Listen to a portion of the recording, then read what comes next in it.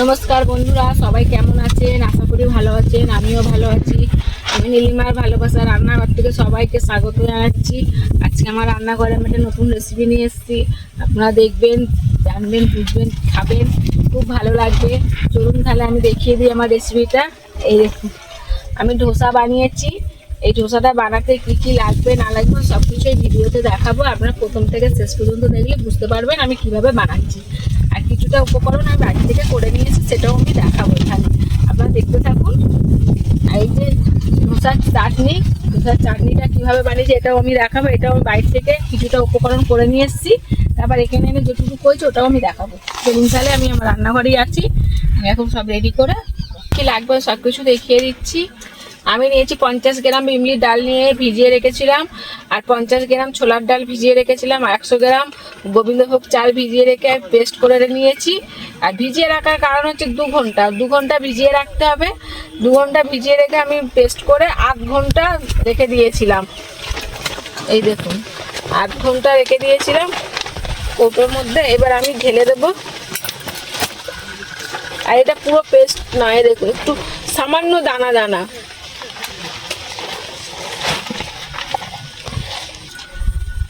এর মধ্যে এখন আমি স্বাদ মতো লবণ দিয়ে দেবো। এই 1 প্যাকেট ইনো নিয়েছি, ইনোটা দিয়ে দেবো।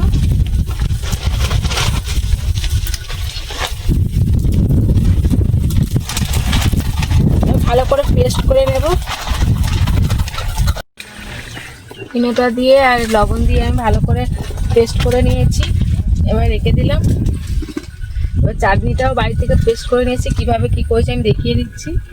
2টো টমেটো নিয়েছি, একটা মাঝারি সাইজের পেঁয়াজ নিয়েছি, 4 কোয়া রসুন নিয়েছি, আর ছোট্ট একটা আদার টুকরো নিয়েছি। নিয়ে 1 চামচ মুগ ডাল, 1 চামচ ছোলার ডাল নিয়ে আমি ভালো করে কড়াই নেড়ে চেড়ে ভেজে নিয়েছি। ভেজে নিয়ে মিক্সিতে পেস্ট করে নিয়েছি। আর এর মধ্যে আমি 2খানা কাঁচা লঙ্কা দিয়ে দিয়েছিলাম। কাঁচা লঙ্কাটা ভাজিনি, কাঁচা লঙ্কাটা কাঁচাই দিয়েছিলাম, দিয়ে পেস্ট করে নিয়েছি। এবার এই চাটনির মধ্যে আমি এখন ভেজে দেবো। 1 চামচ নিয়েছি সর্ষে, আর একটা শুকনো লঙ্কা নিয়েছি, আর কারি পাতা নিয়েছি। এটা আমি তেলে ভেজে আমি চাটনির মধ্যে দিয়ে দেবো। আর এই ধোসাটা ভাজার জন্য নিয়েছি তেল, সাদা তেল ব্যবহার করছি। সাদা তেল চাটুতে মাখানোর জন্য আমি নিয়েছি একটা আলুর মধ্যে একটা কাঠি গিঁথে নিয়েছি যাতে মাখানোটা ঠিকঠাক হয়। আর একটা কাঁঠাল পাতা নিয়েছি, কাঁঠাল পাতা দিয়ে ভালো করে চাড়িয়ে ভাজার জন্য নিয়েছি। যখন ভাজবো তখন দেখিয়ে দেবো ভালো করে। আর এই কাঁঠাল পাতাটা দুমড়ে নিতে হবে এইভাবে। চলুন তাহলে আমি এখন উনুনটা জ্বেলে দিই আমি চাটনির মশলাটা করার জন্য। বন্ধুরা, উনুনটা আমি জ্বেলে দিয়েছি। আর এই ধোসাটা বানানোর জন্য যে ব্যাটারটা করেছি না, এই ব্যাটারটা 8 ঘন্টা রাখার কারণটা হচ্ছে ব্যাটারটা দিয়ে 8 ঘন্টা দমে এমনি রেখে দেওয়া হয়, যে মিক্সিতে পেস্ট করে এটা খুব সুন্দর ব্যাটারটা তৈরি হয়, খেতেও ভালো লাগে। উনুনটা জ্বেলে দিয়ে উনুনটা গরম হয়ে গেছে। আমি সাদা তেল দিয়ে দিচ্ছি চাটনির মশলা করে দেওয়ার জন্যে।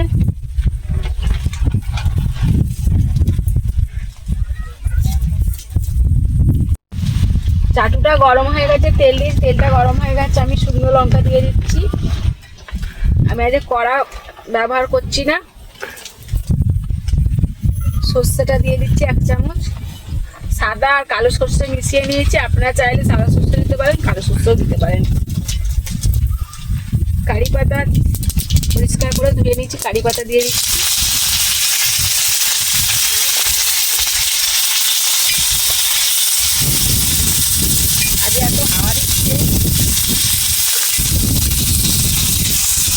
ফোড়নটা হয়ে গেছে, এই দেখুন। কারি পাতাও ভাজা হয়ে গেছে, এই দেখুন। আমি এখন চাটনির মধ্যে দিয়ে দেবো। বন্ধুরা, এই দেখুন আমি ভালো করে চাটনির মধ্যে মাখিয়ে নিলাম ফোড়নটা। ফোড়নটা খুব সুন্দর সেন্ট। আমার দেওরের ভেড়িতে সবাই ছিপ ফেলতে এসছে, খুব হই হুল্লোড় করছে দেওরের বন্ধুরা। ফোড়নটা হয়ে গেছে দেওয়া, চাটনিটা রেডি হয়ে গেছে। চাপা দিয়ে রাখলাম। উনুনটা আস্তে আস্তে জাল দিতে হবে, বেশি জোরে জাল দিলে পুড়ে যাবে ইডলি। ধোসা ভুল করে বলে ফেলেছি, ইডলি ধোসা। বন্ধুরা, এই দেখুন চাটুটা এমনি গরম হয়ে গেছিল, তার মধ্যে আমি ফোড়নটা করে নিয়েছি বলে তেলটা আছে বলে আমি আর তেলটা দিলাম না। বেশি বড় করব না, আমি ধোসাটা অল্প করেই করব, ছোট সাইজ। এই পাতাটা দুমড়ে নিচ্ছি, এবার ভালো করে চালিয়ে দেব।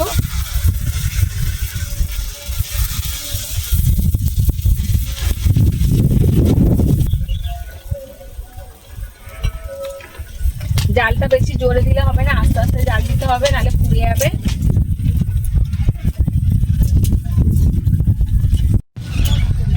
এই দেখুন বন্ধুরা, একটা রেডি হয়ে গেছে, আর এখানটা একটুখানি ছেড়ে গেছে। রেডি হয়ে গেছে একটা। তখন চাটুটা গরম হয়ে গেছিল, ওই জন্য এমন হচ্ছে। আমি ফের তেল দিয়ে দিচ্ছি।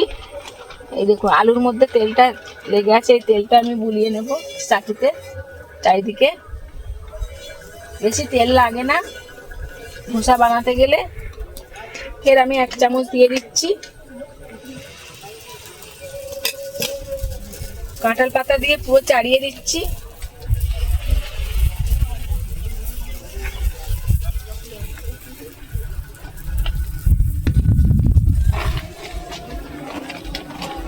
সন্ধ্যের জলখাবারটা দারুণ হবে বন্ধুরা। আপনারাও যদি এইভাবে বাড়িতে বানিয়ে খান না, আর অন্য কিছু খেতে ইচ্ছা করবে না বন্ধুরা। 1 পিঠে ভাজতে হবে। এই দেখুন আর ভাজা হয়ে গেছে, এই ধারগুলো ছেড়ে গেছে। আস্তে আস্তে উল্টে দেবো। এই দেখুন পাট পাট করে নিতে হবে, পাটি সাপটার মতো। কত সুন্দর হচ্ছে দেখুন বন্ধুরা।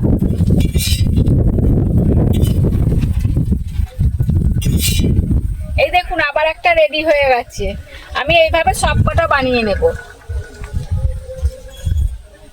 বন্ধুরা। এই দেখুন ধোসার আদা রেডি হয়ে গেছে আমার। এই দেখুন এবার আমি খেয়ে দেখাবো কেমন হচ্ছে, আর আপনারাও দেখবেন আর এইভাবে বাড়িতে বানিয়ে খাবেন। চাটনিতে আমি স্বাদ মতো লবণ দিয়ে দিচ্ছি। এই দেখুন চাটনিতে আমি লবণ দিয়ে দিচ্ছি স্বাদ মতো। নেড়ে চেড়ে দেবো। এবার গিয়ে আমি একটা ছোট কলা পাতা নিয়ে আসি, আমি খাবো ধোসা। চলুন বন্ধুরা, আমার ভাইপো এসছে আজ রবিবার বলে, তা ওকেও দিয়েছি ধোসা। ও খেয়ে বলবে কেমন হয়েছে। ওকে দিয়েছি, ও খেয়ে বলবে কেমন হয়েছে। বাবা খা। হেভি হয়েছে, হেভি হয়েছে। ও বললো হেভি হয়েছে। আরে বন্ধুরা, আপনারা এইভাবে বাড়িতে বানিয়ে খেয়ে দেখবেন, দারুণ লাগবে খেতে। আগামী ভিডিওয় আবার দেখা হচ্ছে। টাটা।